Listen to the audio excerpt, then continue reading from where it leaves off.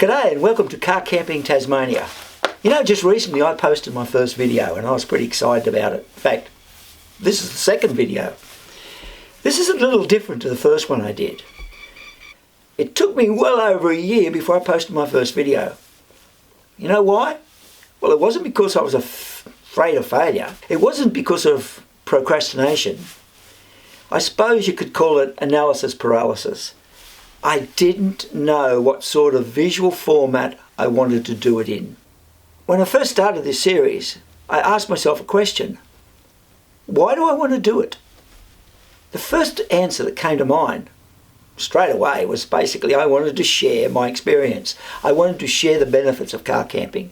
My car camping, as I've said, is a little different to most camping, but I'll get into that later. That's what this series is all about. However, the second reason why I wanted to do car camping was I wanted to talk about Tasmania. There are so many places to see in Tasmania. It's such an interesting place. I never realised that until I started to delve into its history, started to visit all the different camping sites, talking to the people. Yes, I wanted to talk about Tasmania. So the dilemma was that I wanted to produce a video that had no words in it, just the occasional text. I wanted to get across and project this idea of the peacefulness of car camping. This is what this video is about, soul camping. Soul camping is not complicated, it's really very basic. So I'll give you an idea about how I arrived at doing this series and why the first video is so different to the second video. Now, I came up with the idea of doing the video, so trying to project the idea of the peacefulness through the videos. I always thought, before I started this series, that videos were for images, were for photos. They weren't for talking on. I just didn't feel right about that. I mean, if I want to do a talking video, I'll do a podcast. So I decided to do a video without voice, without talking, trying to get across the idea of the peacefulness. The idea of soul camping, the peaceful way to camp. But then, after I posted my first video, I thought to myself, I have a lot to say. But I knew that I had to wait for at least 2 or 3 weeks before my second camping trip. I've got my second camping trip planned out. I'm ready to go, but the weather isn't very good at the moment and there's public holidays. And I never go camping on public holidays. It just gets a bit too crowded. So I thought to myself, in between camping trips, I will do these types of videos because there's a lot to tell you about car camping. I can portray the idea, which is what I want to do in the videos without voice. They project a sort of a peacefulness of car camping. But there's so much I wanted to say about Tasmania, and that was the dilemma I found myself in. How do I produce a video series where I don't talk when I have so much to say? It's a funny sort of dilemma. And that's why it took me well over a year before I posted my first video. Now, my first video was it wasn't great. It's not even good. But I learned so much about it. I learned how I was going to do the second one differently. I watched it and I compared it to other camping videos along the same lines, which I watch a lot of. And I thought to myself, wow, I really stuffed that up. But anyway, I decided that I'll post it anyway. And the next one will be better. And the one after that will be even better. So probably in about 100 videos, I might get it just about nearly right. But in between my camping videos, because there's a lot of places to go camping in Tasmania, so in between my camping, I will do these sorts of videos. There's a lot to talk about. How I set up, how I find places to go, what do I use for my planning, what's my setup, what's the idea of minimalistic car camping, what's the idea behind it, what's the advantages of it. And I'm not putting down people who camp in mobile homes or caravans, and that's all part of camping. In Tasmania, it's just great to see so many people going camping. They come from the mainland. Yeah, we call it the North Island. They come from the mainland, they come from overseas, they come from everywhere. They rent mobile homes, they bring their own mobile homes, they travel around in caravans, in camper vans, and pitch their tents and sleep on their roof tents, on their tents on the roof.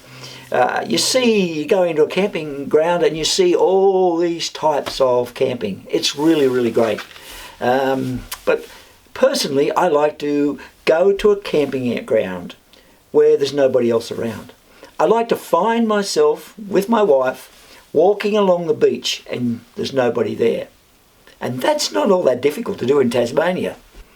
We've been camping now, my wife and I, since 2017, when we first moved to Tasmania. We moved from Vietnam. I was living over there for about 3 years. That's where I met my Vietnamese wife. And then we decided to move back to Australia. When we moved back to Australia, we decided to move to Tasmania. I'd always had a bit of a fascination about Tasmania.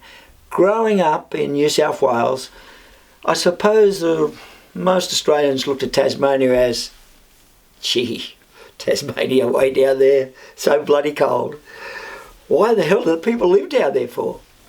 Can't figure those people out. They must be crazy. Anyway, the idea that most Australians had this opinion of Tasmanians, there's the old idea of the two heads. You know, Tasmanians had two heads. It was an incest thing, but it's not that funny. But when I asked Tasmanians about it, their quick comeback was, yeah, we're twice as smart. Or one I heard was on a series talking about the same thing. And this guy was doing interviews with Tasmanians and talking about this idea of Australians looking at Tasmanians with two heads. And the guy quickly went, yeah, look, I'll show you the scar where the other head was. You know, it was, Tasmanians are a funny crowd. They don't say a lot. This is the real Tasmanians. The Tasmanians have lived here all their lives. I've spoken to a lot of them. It's hard to get them to talk. They'll talk in short paragraphs, short sentences, but what they say is quite incredible. And so you got this idea of Tasmania as, I had this idea of Tasmania as being, you know, sort of really unimportant. It was just a small island down the bottom of Australia and so damn cold.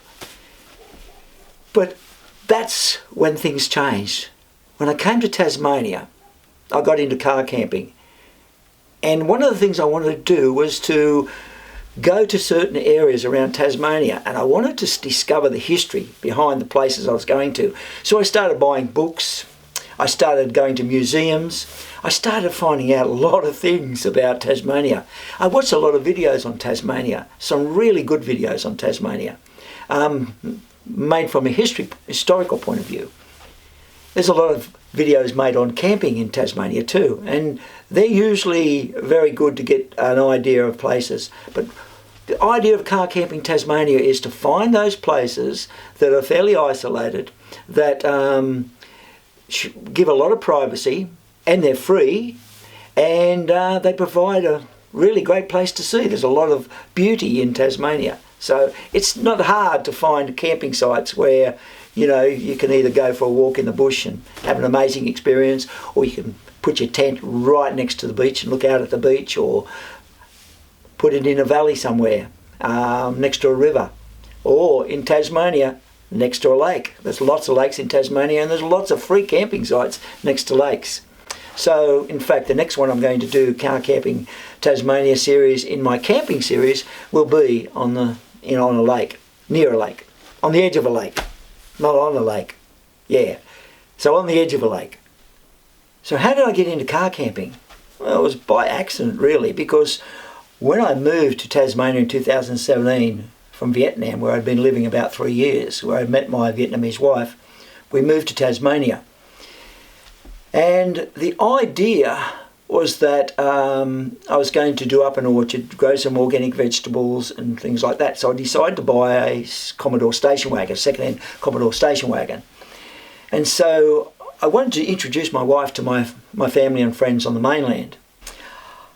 She also wanted to see the Opera House, which meant that what a great opportunity to catch the spirit of Tasmania, drive up the coastline and go to Queensland. And on the way, well, you know, we could stop at some caravan parks, We could stop at some campsites. We could stop at some rest areas on the way. It would, be exciting for my wife. I've done that all my life, that sort of camping. But my wife had never done it before. So we went all the way up to Queensland, went inland and came all the way back down to the middle of New South Wales and came out into Victoria and visited a lot of interesting places along the way. We got back to Tasmania. My wife loved the camping idea. She just loved that idea of camping. So we continued that idea and we started travelling around Tasmania.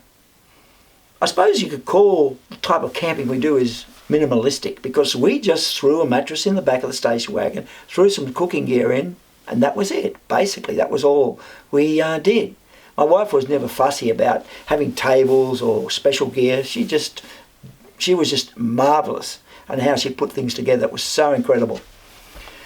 So, after 2017, we travelled around Tasmania. We saw so many different parts of Tasmania. The south coast, the west coast, the east coast, and, I live on the northwest coast. And the central lands, the highlands, the centre part of Tasmania, where all the lakes are. Beautiful part of Tasmania. In fact, all Tasmania is beautiful, but it's so different. So, we got back to Tasmania from doing a trip up to Queensland. And like I said, my wife really loves the idea of camping that way. So I decided that what we're going to do is we're going to go on a discovery trip of Tasmania. This video, of course, is called Soul Camping. So what is soul camping? Well, soul camping is, I tried to reflect soul camping in my first video. I wasn't very successful at it, but there's a little bit more to soul camping than basically what I was trying to portray. In fact, my definition of car camping, and it's my definition only, is that car camping is when you sleep in a car. Mobile home camping is when you sleep in a mobile home, and caravan camping is when you sleep in a caravan. Tent camping, you sleep in the tent. And that can be on a rooftop or it can be on the ground. But car camping is different. Car camping, you take your bed with you, and I basically put a mattress in, and we use our own blankets, we use our own pillows, and believe it or not, I get better sleeps in the car than I do in my own bed at home. One thing about car camping is that you can't take a lot of stuff with you. You can only take your car, and then you've got to fit everything in your car. Your bedding, your food, your cooking appliances, and that's why we do 1 to 2 days camping. And that's enough. Soul camping is my own little practice of getting the peacefulness of nature. That's one of the reasons why I love camping. That's one of the reasons why most people love camping, is they like to get back into nature. So when I go for my walks, either collecting firewood or going for a short walk, I don't so much as meditate, but I've been very interested for over 10 years on Tao philosophy, Tao concepts. And it's very basic. Really, Tao is just basically, it's hard to explain. But one of the concepts I use is the breathing technique. And when I go for a walk in the forest, I love just to stand in the middle of the forest and look around. And if you stand there and you look around and you listen and you watch with your eyes and you just try and not focus, just take it in. It's called mindfulness. You're mindful of what is going on around you.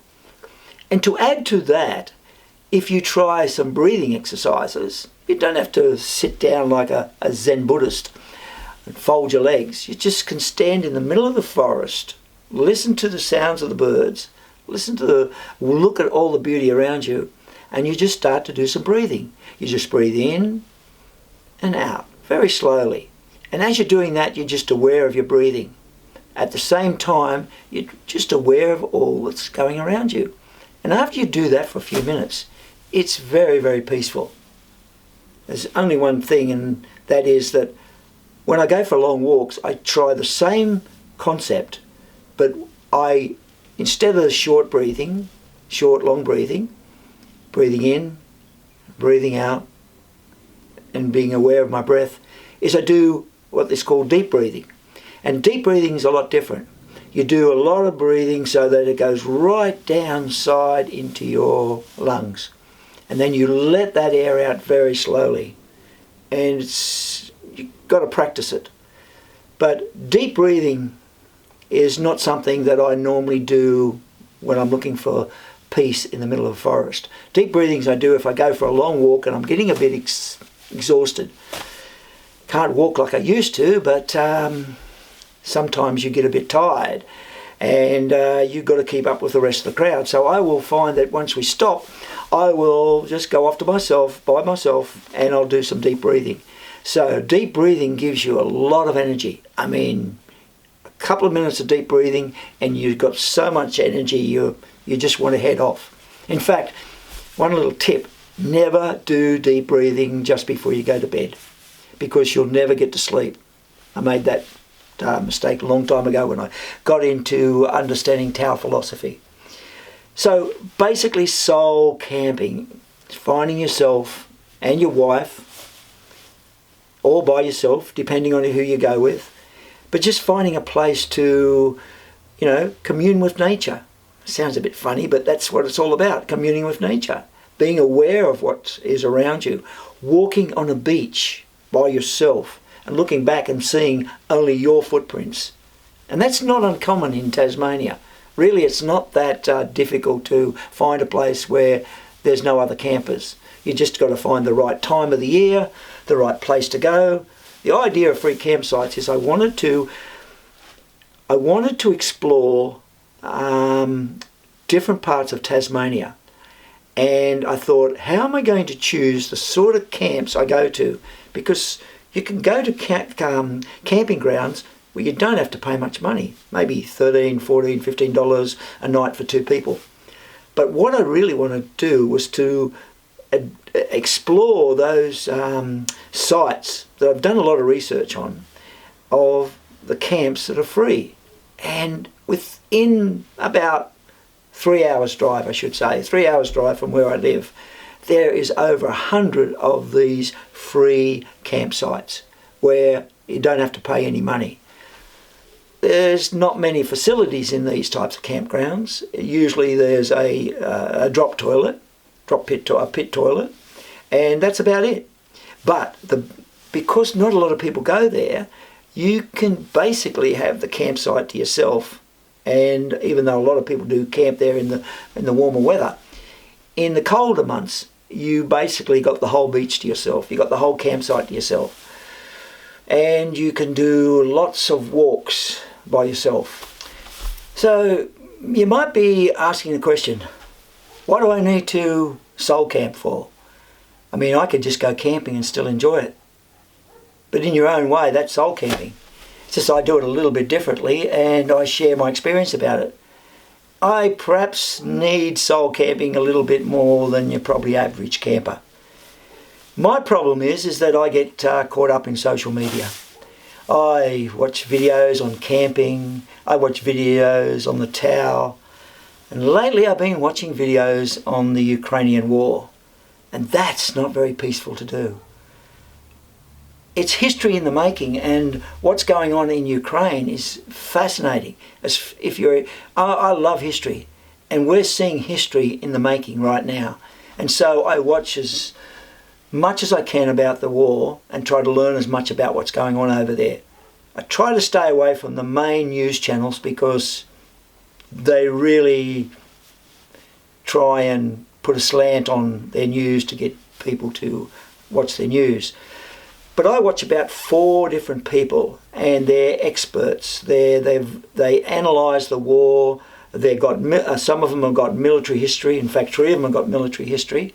They've fought in the war, in the Afghanistan and Iraq wars.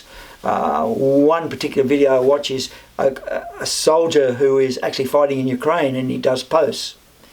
So I will talk about all these different videos later on, but right now it's not what soul camping is about.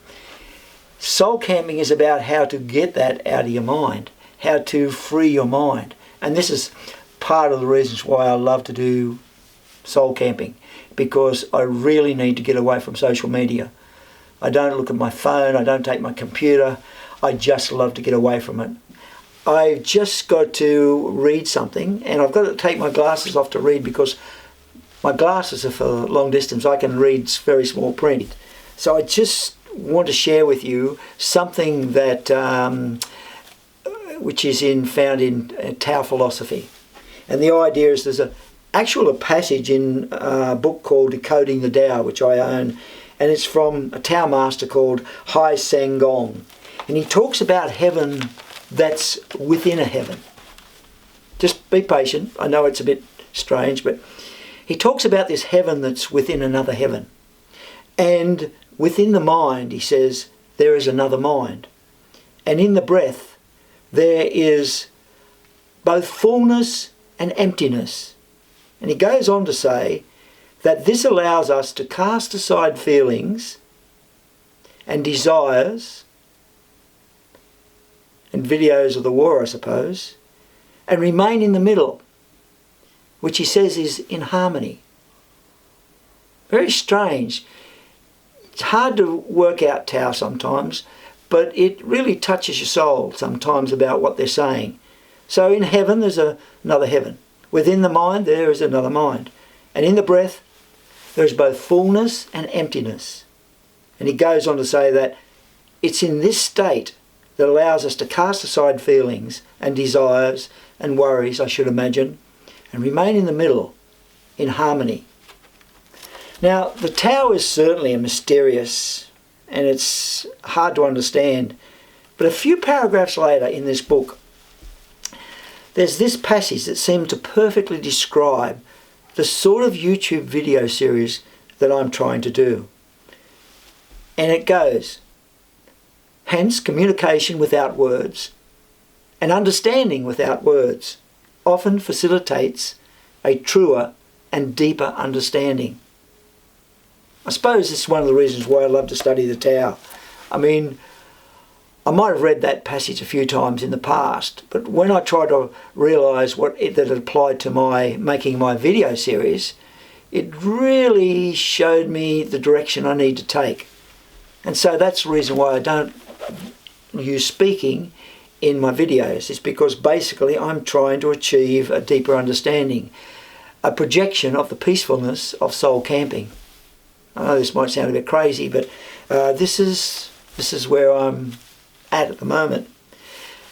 Also, in the philosophy of Tao, there's a concept of emptiness, and it refers to, and it's shared in Lao Tzu's book Tao Te Ching, and it refers to a riddle of nature. And he presents this riddle with the importance of having a free and empty mind. He starts the riddle by saying, a wheel has many functions. It has many spokes. And those spokes are connected from the hub to the rim.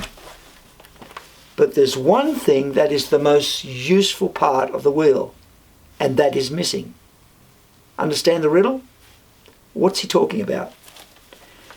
Well, it's something that's not there. It is empty. It's the empty space where the axle goes in. Without that empty space in that wheel would be totally useless. It wouldn't have any function at all. And so like the mind, if your mind is full and you don't have any empty space in it, then your mind is not useless, doesn't function properly, I suppose you could say.